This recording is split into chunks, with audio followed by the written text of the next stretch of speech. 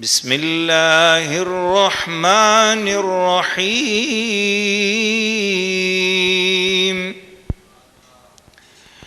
انا اعطیناک الکوثر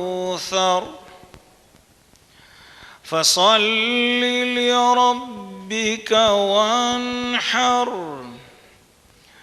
ان شانئک هو الابتر صدق اللہ العظیم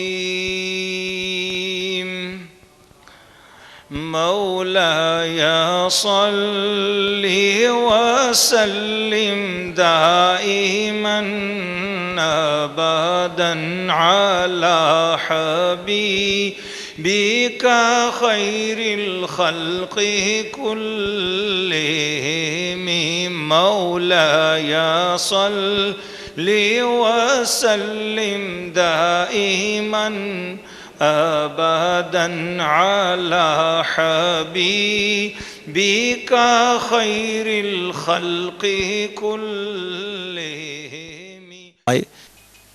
سورہ البقرہ رکوع نمبر 3 تلاوت.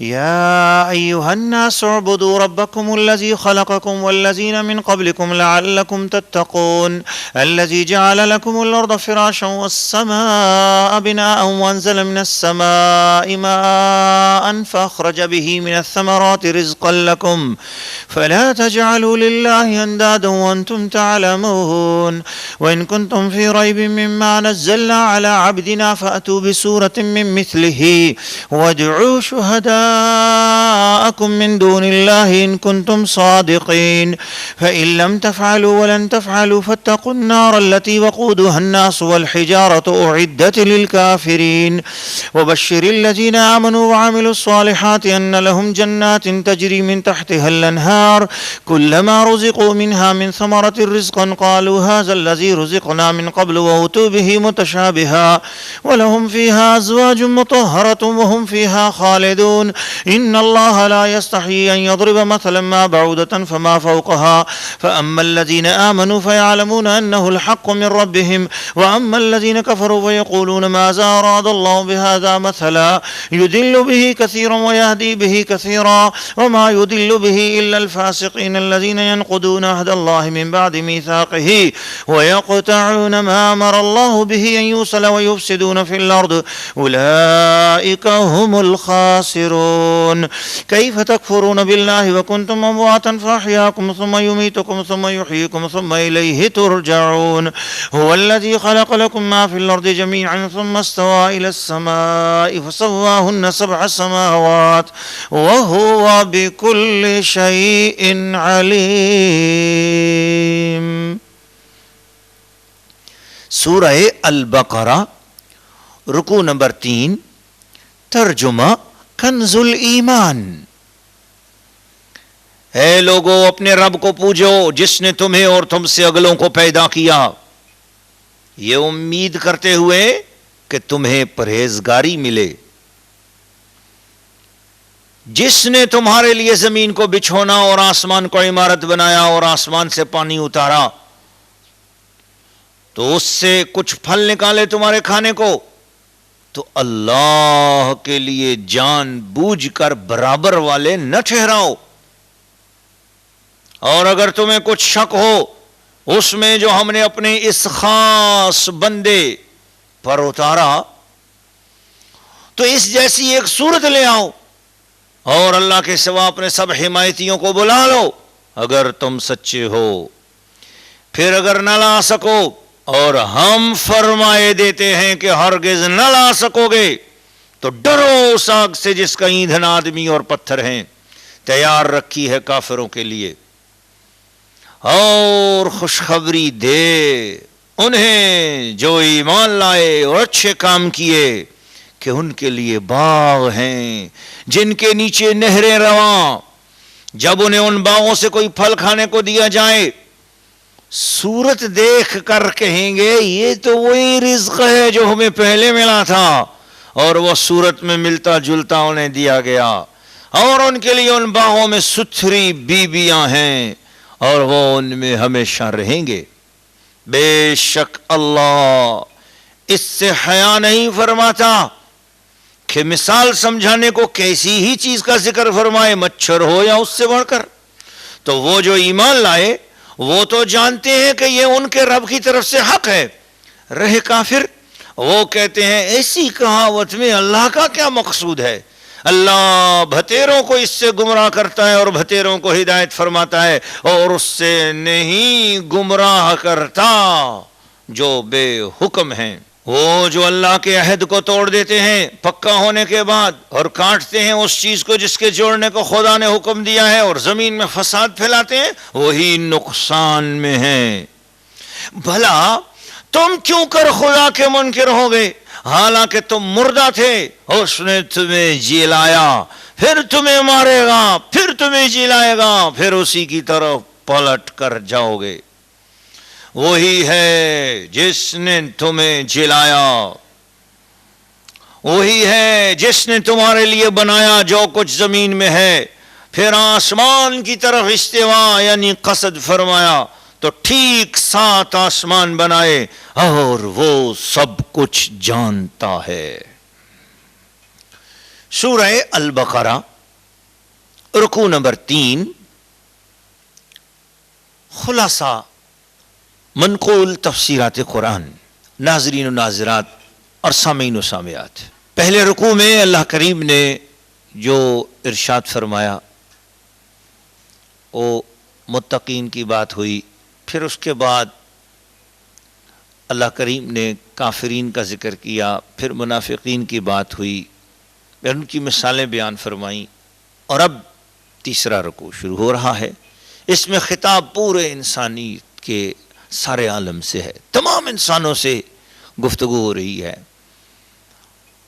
پوری عالم انسانیت کو خطاب کر کے یہ بتایا جا رہا ہے کہ اسلام نہ دین عربیت ہے نہ دین عجمیت ہے، بلکہ زمین کے جس جس خطے پر انسان بس رہا ہے اسلام اس کے لیے ہے، ہر انسان کے لیے، ہر مرد اور ہر عورت کے لیے اسلام ہی دین نجات ہے، اسلام ہی دین ہے، اسلام ہی اس کا مذہب ہے۔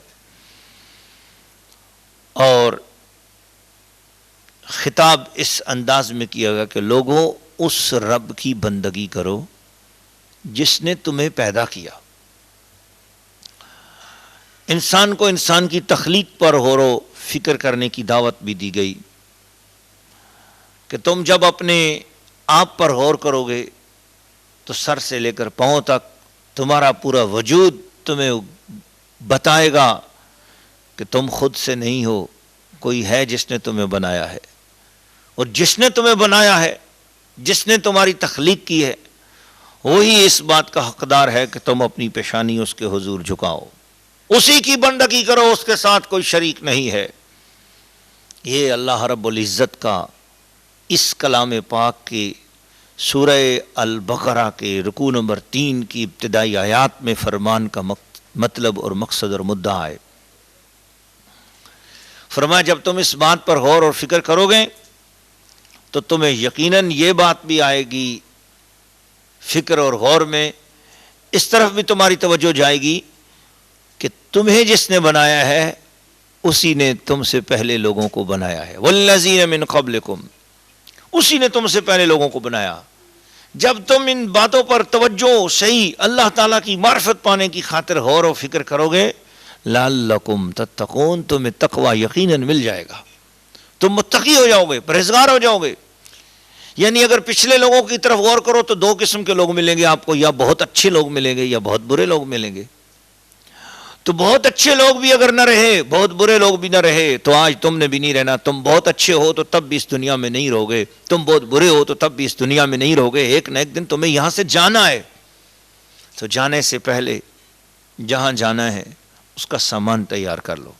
کسی جگہ بھی جاتے ہو، اس جگہ پر جانے سے پہلے تم اپنا جتنا ہو سکتا ہے ضروری سامان تیار کرتے ہو۔ غور کرو جہاں تم نے جانا ہے وہاں تمہیں ابد الآباد تک رہنا ہے، اس کے لیے اس کے مطابق کا سامان تیار کرو. کتنی نمازیں پڑھتے ہو, کتنا قرآن مجید پڑھتے ہو, یہ سوچنا آپ کا کام ہے.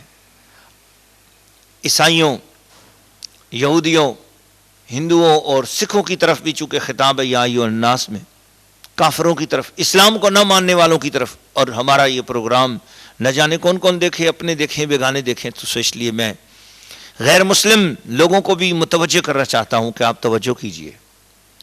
ہمیں آپ سے کوئی گلہ نہیں ہے, کوئی شکوہ نہیں ہے, صرف یہ بات ہے کہ ہم یہ چاہتے ہیں اگر دنیا آپ کی اچھی ہے تو اپنی آخرت کو بھی اچھا کرنے کی کوشش کرو.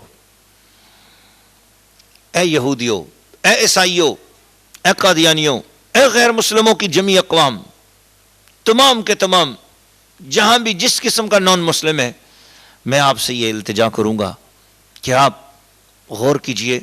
آپ کی زندگی اور آخرت کے سارے مسائل کا حل جس دین میں ہے اس کا نام ہے اسلام. پلیز اسلام قبول کر لیجئے.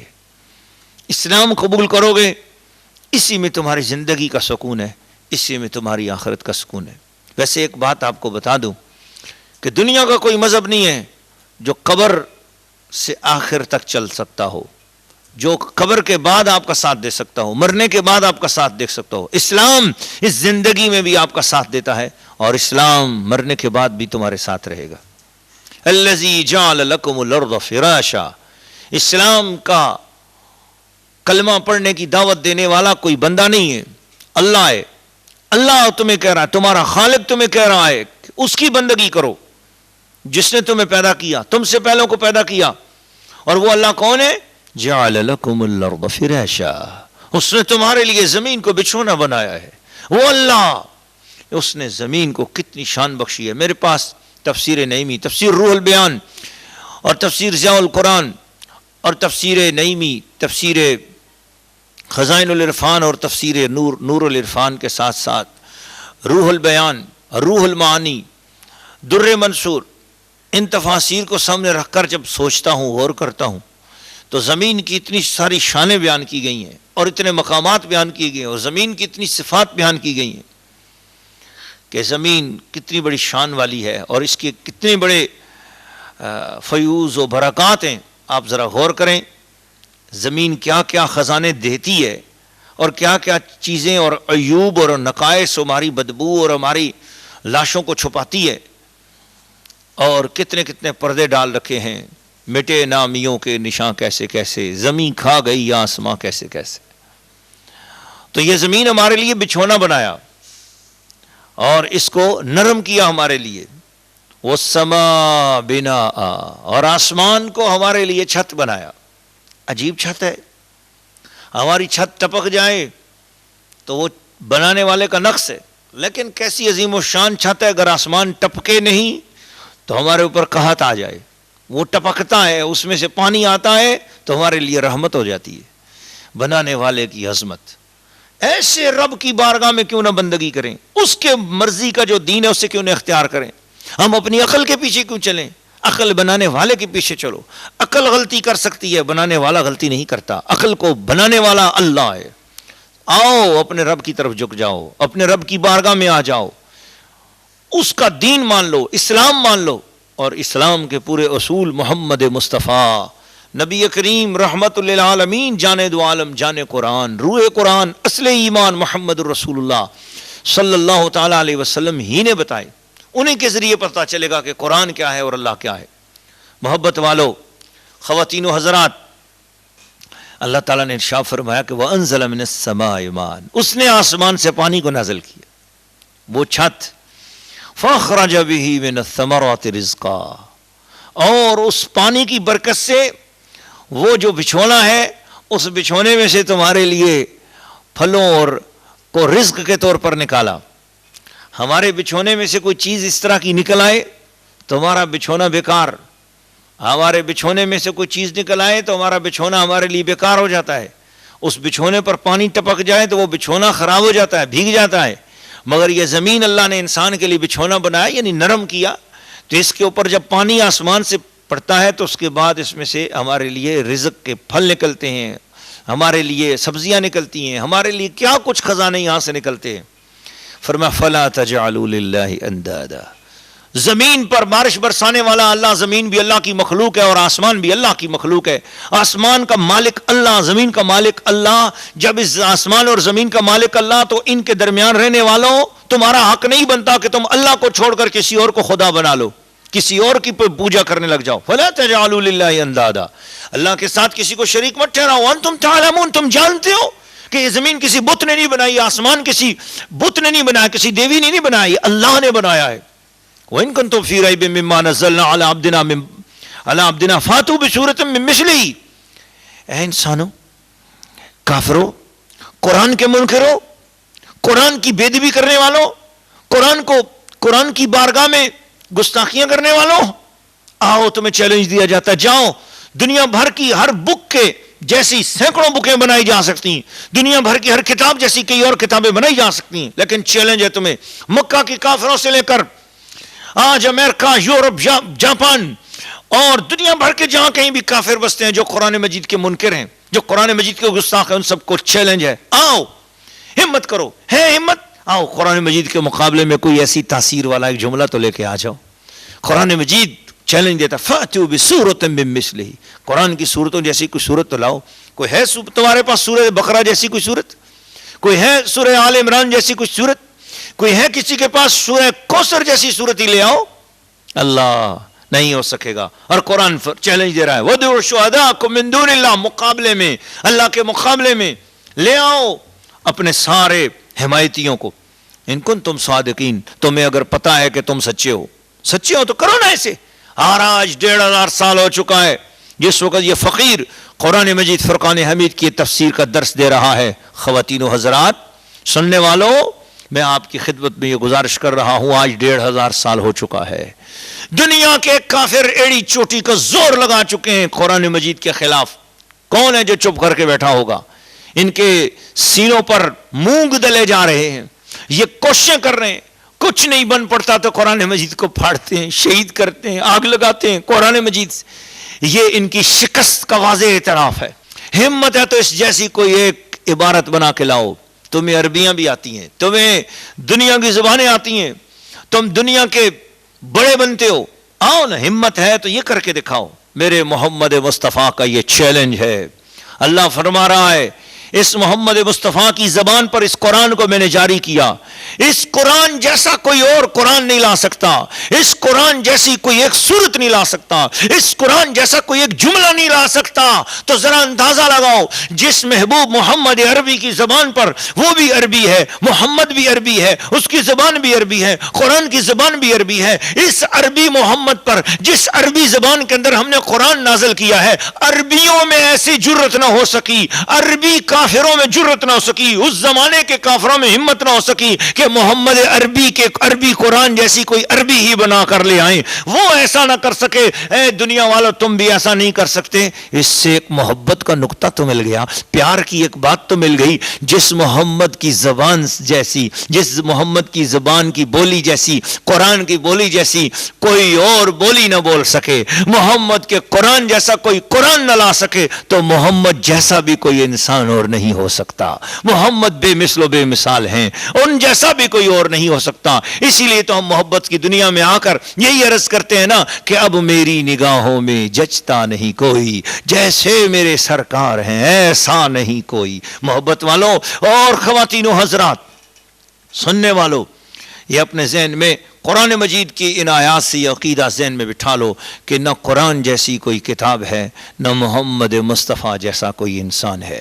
وہ بے مثل و بے مثال ہیں، وہ سب سے افضل بشر ہیں، سب سے اعلیٰ بشر ہیں، نوری بشر ہیں، عظیم ترین انسان ہیں جن پر اللہ پاک نے قرآن مجید کو نازل کیا. وہ ہم سب کے رہبر و رہنما ہیں اور ہم سب ان کے غلام ہیں. اللہ تعالیٰ نے ارشاد فرمایا فَإِن لَّمْ تَفْعَلُوا، قرآن کا مقابلہ کرنے والا تم قرآن کا مقابلہ نہیں کر سکو گے. وَلَن تَفْعَلُوا، ایسا تم سے ہو ہی نہیں سکے گا، تم کر نہیں سکتے. فَاتَّقُوا النَّارَ الَّتِي وَقُودُهَا النَّاسُ وَالْحِجَارَةُ، ڈرو اس آگ سے جس کے اندر آگ کو بھڑکانے کے لیے انسانوں کو ڈالا جائے گا. آگ بھڑکانے کے لیے تیل ڈالتے ہیں نا، دوزخ کی آگ ایسی ہے کہ وہ بھڑکانے کے لیے اس میں انسان ڈالے جائیں گے. وہ الحجارہ، اس کے شعلے بھڑکنے کے لیے اس کے ایندھن کے طور پہ پتھر کام آتے ہیں. اللہ اللہ اللہ. آگ کی کتنی قسمیں ہیں. مفسرین کرام نے جہنم کی آگ کی قسموں کو بیان کیا اور جہنم کی قسموں کو بیان کیا ہے. پڑھ کر انسان کے رونگٹا کھڑا ہو جاتا ہے. لیکن ڈر رہے تھے تو تسلی دی کہ مسلمانوں تم نہ گھبراؤ، اعدت للکافرین، ایسی آگ جس میں پتھر بھی اس آگ کو بھڑکائیں، انسان بھی اس آگ کو بھڑکانے کے کام آئیں، انسان ایندھن کے کام آئے، وہ مسلمانوں تمہارے لیے نہیں ہے، قرآن کے ماننے والوں کے نہیں ہے، قرآن کی خدمت کرنے والوں کے لیے نہیں ہے، قرآن کے نوکروں کے لیے نہیں ہے، نبی پاک صلی اللہ علیہ وسلم کے غلاموں کے لیے نہیں ہے. اعدت للکافرین، وہ قرآن کا انکار کرنے والوں کے لیے، محمد مصطفیٰ کا انکار کرنے والوں کے لیے ہے. جو اسلام کا انکار کریں گے ان کو اس دنیا میں بھی جلن رہے گی، اور جب مریں گے ان کی لاشوں، ان کی روحوں کو بھی دوزخ کی آگ میں ڈالا جائے گا، اور اس کے ساتھ پتھروں کو دوزخ کی آگ میں ڈالا جائے گا. ایسی سخت آگ کے اندر ان کو بھڑکایا جائے گا. مسلمانوں، نبی پاک صلی اللہ علیہ وسلم کا کلمہ پڑھنے والے خواتین و حضرات، قرآن مجید فرقان حمید بے مثل و بے مثال ہے. رسول پاک صلی اللہ علیہ وسلم بے مثل و بے مثال ہیں. تو ان کے غلاموں کو جنہوں نے ان کا کلمہ پڑھا، ابھی تو آپ نے سنا نا، جنہوں نے انکار کیا ان کا یہ حشر ہے. اچھا، جنہوں نے مان لیا، جنہوں نے حضور کا کلمہ پڑھ لیا، جنہوں نے قرآن کا ادب کیا، جو کلمہ پڑھ لیں گے رسول پاک صلی اللہ علیہ وسلم کا، ان کو کیا خوشخبری ہے. اگلی آیت میں فرما دیا وَبَشِّرِ الَّذِينَ آمَنُوا. سنو امریکہ میں رہنے والوں، جاپان میں رہنے والوں، فرانس میں رہنے والوں، دنیا کے کسی بھی خطے میں رہنے والوں، گاؤں دیہاتوں گوٹھوں میں رہنے والوں، رہنے والیوں، کافروں، سنو، خوشخبری ہے کلمہ پڑھنے کی. آؤ دامن مصطفیٰ میں آنے کی ذرا لذت تو دیکھو، آؤ کلمہ پڑھنے کا ذرا خوبصورت انجام تو دیکھو. میرے کردار کو نہ دیکھو، مسلمان کے کردار کو نہ دیکھو، دیکھو تو کملی والے آقا کے کردار کی طرف دیکھو، رسول اللہ صلی اللہ علیہ وسلم کی طرف دیکھو، قرآن کی طرف دیکھو. یہ مت دیکھو کہ ہندوستان کے مسلمان کا کیا حال ہے، پاکستان کے مسلمان کیسا کرتا ہے. نہیں، مسلمان کو چھوڑ، مسلمان کیسا کرتا ہے یہ دیکھ. اللہ اور اس کے رسول نے کیا فرمایا، تو نے تو اللہ اور اس کے رسول کو خوش کرنا ہے، اس لیے اللہ اور اس کے رسول کی طرف متوجہ ہو جاؤ، کلمہ پڑھو، اسلام میں داخل ہو. لا الہ الا اللہ محمد الرسول اللہ جب پڑھ لو گے، اسلام اور اسلام کے اصولوں کو جب سچے دل سے مان لو گے، تو حکم آیا وَبَشِّرِ الَّذِينَ آمَنُوا. اعزاز مل گیا، خوشخبری دے دو ان لوگوں کو جنہوں نے کلمہ پڑھ لیا، قرآن مجید کا ادب کیا، قرآن مجید کو سینے سے لگا لیا، قرآن مجید کو سمجھنا اور شروع کر دیا، رسول پاک کے دامن سے لپٹ گئے، وَعَمِلُوا الصَّالِحَاتِ، اور نیک کام شروع کر دیے. أَنَّ لَهُمْ جَنَّاتٍ تَجْرِي مِن تَحْتِهَا الْأَنْهَارُ. ان لوگوں کے لیے ایسے باغ ہوں گے جس کے اندر نہریں رواں ہوں گی. اللہ اللہ.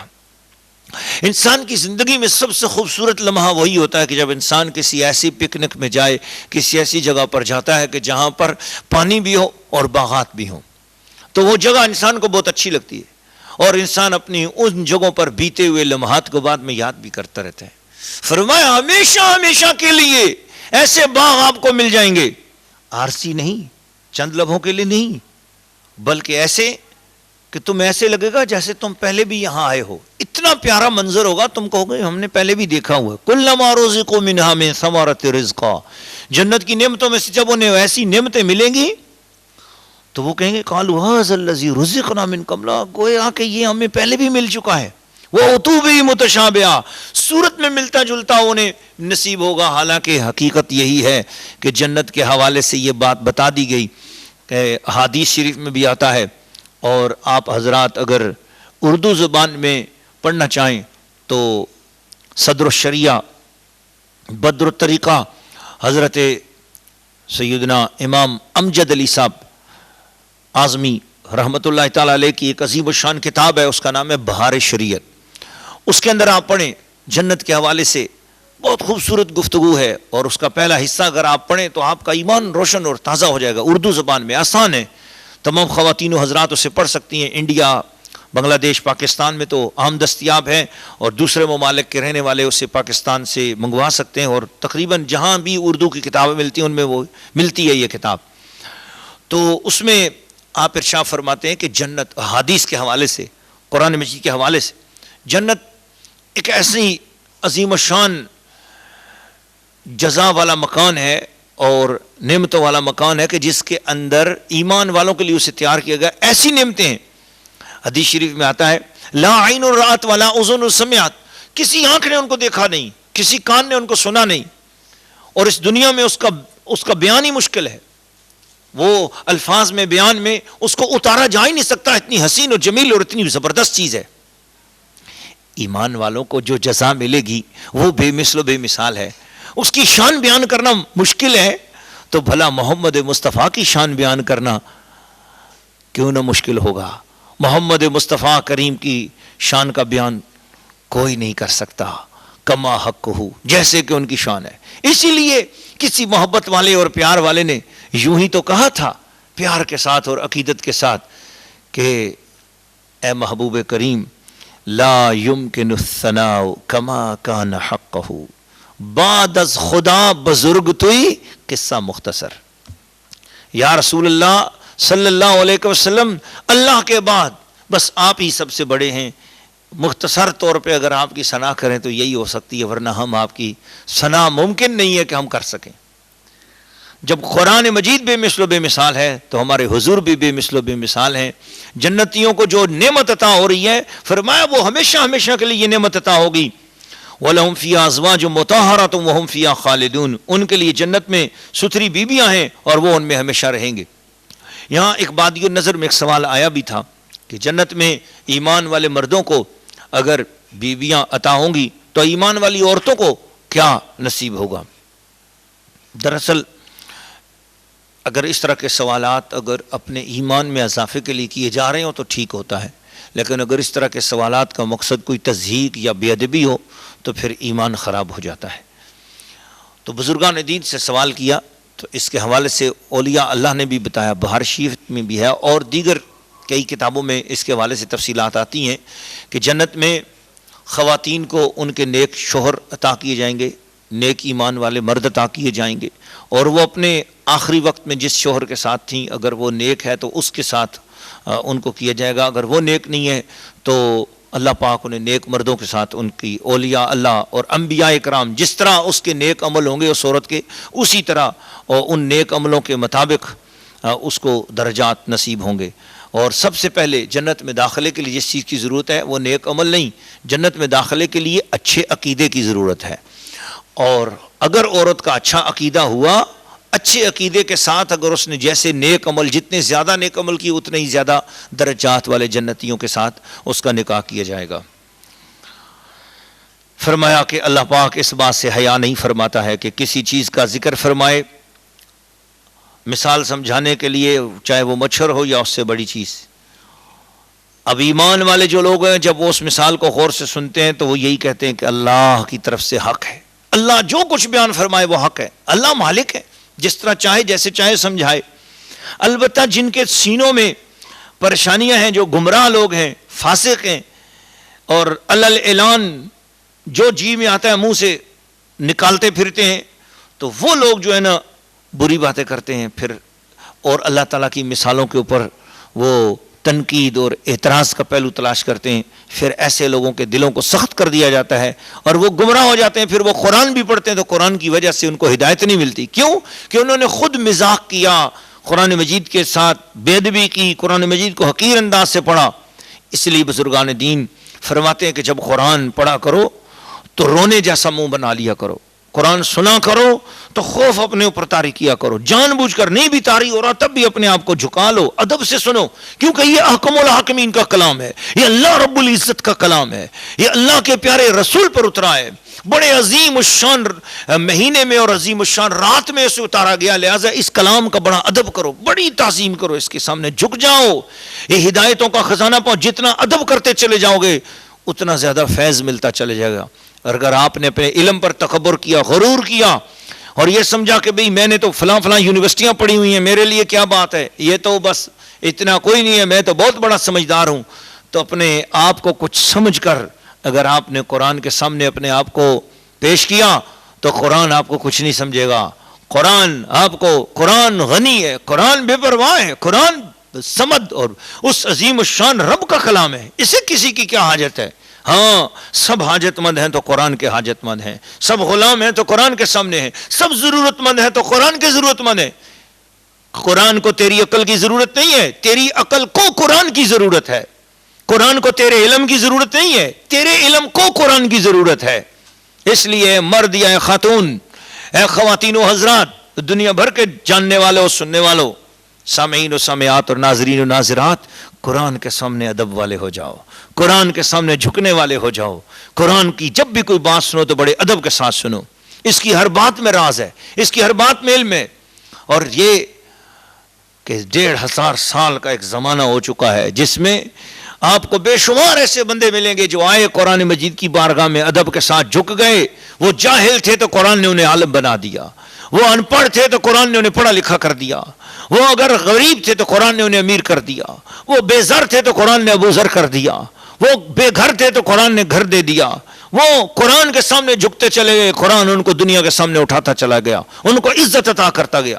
یہ 1500 سال کی تاریخ اس پر گواہ ہے. ہمارے پاس اتنا وقت نہیں ہے، ہم صرف اشارتاً اپنی گزارشات آپ کی خدمت میں قرآن کے تھوڑے تھوڑے پھول پیش کرتے چلے جا رہے ہیں. تفاسیر اصل تو آپ علماء اکرام کی پڑھیں، مفسرین اکرام کی پڑھیں. یہ تو دورہ تفسیر کا مقصد صرف یہی ہے کہ آپ جو قرآن سے دور ہو گئے ہو، کسی بہانے آپ کو قرآن کی پیاس لگ جائے، قرآن کی طرف آپ کو متوجہ ہونے کا فیض مل جائے. اس لیے ہم زیادہ تفصیلی گزارشات تو نہیں کر سکیں گے. اس کا مقصد صرف یہی ہے کہ تاکہ آپ کو ایک قرآن مجید پڑھنے کی ایک شوق اور ذوق آپ کے اندر پیدا ہو جائے. اور جن لوگوں نے قرآن مجید کے ساتھ بے ادبی اور گستاخی کی طرف مائل ہو کر قرآن مجید کی طرف دیکھا بھی، ان کی آنکھ نہ رہی. جس نے دیکھا قرآن مجید کو بے ادبی سے، اللہ نے اس کی آنکھوں کو پھوڑ دیا. جس نے بولا قرآن مجید کی طرف بے ادبی سے، اللہ نے اس کی زبان کو پھوڑ دیا. جس نے چلا جو قرآن مجید کی بے ادبی کی طرف چلا، اس کی ٹانگیں نہ رہیں. ایک وقت آتا ہے دوستو، یہ نہیں ہوتا بعض لوگوں کی اگر رسی ڈھیلی ہو جاتی ہے، جیسے کہ پچھلے رکوع میں آپ نے سنا ہے اس آیت مبارکہ میں یمدہم فی طغیانہم یعمہون، تو اگر اللہ تعالیٰ ان کی رسی ڈھیلی کر دیتا ہے، تو اگر ان کے کسی گناہ پر فوری طور پر پکڑ نہیں ہو رہی ہوتی ہے تو یہ اللہ کی حکمت ہے. مگر آپ یہ سمجھ لیں کہ ان کو اس کی نحوست ضرور پڑے گی، وبال ضرور پڑتا ہے. قرآن مجید کی بے ادبی نہیں کریں، قرآن مجید کا ادب کریں، اس کے غلام ہو جائیں، اس کی بارگاہ میں ادب والے ہو جائیں. جو اس کی بارگاہ میں بے ادبی اور گستاخی کرتا ہے، ہم نے اس خطے میں بھی، جس خطے میں جان بوجھ کر بے ادبی ہوئی، اور اس خطے میں بھی ہم نے بے برکتی اترتی دیکھی ہے. اللہ تعالی ہمیں برکات عطا فرمائے. قرآن مجید کی ادب، اپنے گھروں میں ادب کرو، اس کے اوپر سے گرد کو صاف کرو، روزانہ اس کو کھولو، اس کی تلاوت کرو. یہ تمہیں دینے کے لیے آیا ہے، تم سے کچھ لیتا نہیں ہے، یہ تمہیں عطا کرتا ہے، یہ تمہاری ضرورتوں کو پورا کرنے والا ہے. تم اس کے ساتھ ذرا روحانی تعلق جوڑ کر تو دیکھو، یہ تمہارے من کی دنیا کو آباد کر دے گا، تمہارے اندر سکون آ جائے گا. فرمایا کیف تکفرون باللہ، لوگو تم کس طرح اللہ کا انکار کرتے ہو. اے دنیا بھر میں دین اسلام کو جھٹلانے والوں، تم کس طرح دین اسلام کو جھٹلاتے ہو؟ تم کس طرح محمد مصطفیٰ کی بات کا انکار کر سکتے ہو؟ جی تم کس طرح قرآن کی باتوں کا انکار کرتے ہو؟ غور کرو. کیف تکفرون باللہ، یہ بالکل اسی طرح ہے جس طرح کہا نا یخادعون اللہ والذین آمنوا، جو اللہ کو دھوکہ دیتے ہیں. اللہ کا انکار، دین مصطفیٰ کا انکار، اللہ کا انکار، مصطفیٰ کا انکار، اللہ کا انکار، قرآن کا انکار. اس لیے میں ساری باتیں ساتھ ریلیٹ کرتا چلا جا رہا ہوں. دلائل کا موقع نہیں ہوتا، ہم محبت سے پیار کے پھول حاصل کرتے ہوئے جھولیاں بھرتے چلے جا رہے ہیں. تم کس طرح انکار کر سکتے ہو اللہ کا؟ وَكُنْتُمْ أَمْوَاتًا، یاد رکھو تم کچھ بھی نہ تھے. ایک قرآن مجید کی سورہ دہر کے شروع میں آتا ہے نا، هل اتى على الانسان حين من الدهر، انسان کے اوپر ایک زمانہ ایسا گزرا ہے لم یکن شیئا مذکورا، وہ قابل ذکر چیز ہی نہ تھا، تم کچھ نہ تھے، تم مردہ تھے. فاحیاکم، اس نے تمہیں زندہ کیا، تمہیں پیدا کیا، تمہاری ولادت ہوئی، تمہاری تخلیق ہوئی، تم آئے دنیا میں. ثم یمیتکم، ایک وقت کے بعد تمہیں مارے گا. اللہ مارے گا، مار رہا ہے، مارتا ہے. دیکھو ذرا کائنات کے اندر ہے کسی کے پاس موت کا علاج؟ خدا کا انکار کرنے والوں جاؤ موت کا علاج ڈھونڈ کے دکھاؤ. کچھ لوگ تو وہ ہیں جو کہتے ہیں قرآن کا انکار کرتے ہیں، صاحب قرآن کا انکار کرتے ہیں، اور وہ کہتے ہیں جی ہم اللہ کے بڑے پیارے ہیں. قرآن مجید میں آگے آئے گا وہ واقعہ، ہم اسی سورہ بقرہ میں اللہ تعالیٰ نے ارشاد فرمایا اگر تمہارے اندر اتنی بات ہے تو پھر فتمنوا الموت ان کنتم صادقین، ہمت ہے تو جاؤ نا موت مانگو اللہ سے، مر کے دکھاؤ، تمہیں بڑا پیار ہے نا اللہ سے. تم سمجھتے ہو کہ جی ہم اللہ کے بڑے پیارے ہیں تو جاؤ مرو، مر کے دکھاؤ. اور فرمایا کہ ہے اس دنیا کو سب کچھ سمجھنے والوں، تمہارے پاس موت کا علاج کوئی ہے؟ اسی دنیا میں سب کچھ رہنا ہے ہم نے، بس یہی دنیا سب کچھ ہے، اسی دنیا کی دولت سب کچھ ہے، اسی دنیا کی عزت سب کچھ ہے، اسی دنیا کا سب مال و دولت یہی سب کچھ ہے، تو پھر چلو موت کو روک کے دکھاؤ۔ موت تمہارے پیچھے لگی ہوئی ہے، جوانوں کو بھی نہیں چھوڑتی، بوڑھوں کو بھی نہیں چھوڑتی، بچوں کو بھی نہیں چھوڑتی، موت آتی ہے انسان کے پیچھے پیچھے لگی ہوئی ہے۔ یہ کس نے لگائی ہے؟ کون ہے موت کو پیدا کرنے والا؟ 29واں پارہ قرآن مجید سورۃ الملک، اللہ ارشاد فرماتا ہے الذی خلق الموت والحیات لیبلوکم ایکم احسن عملا، زندگی اور موت دونوں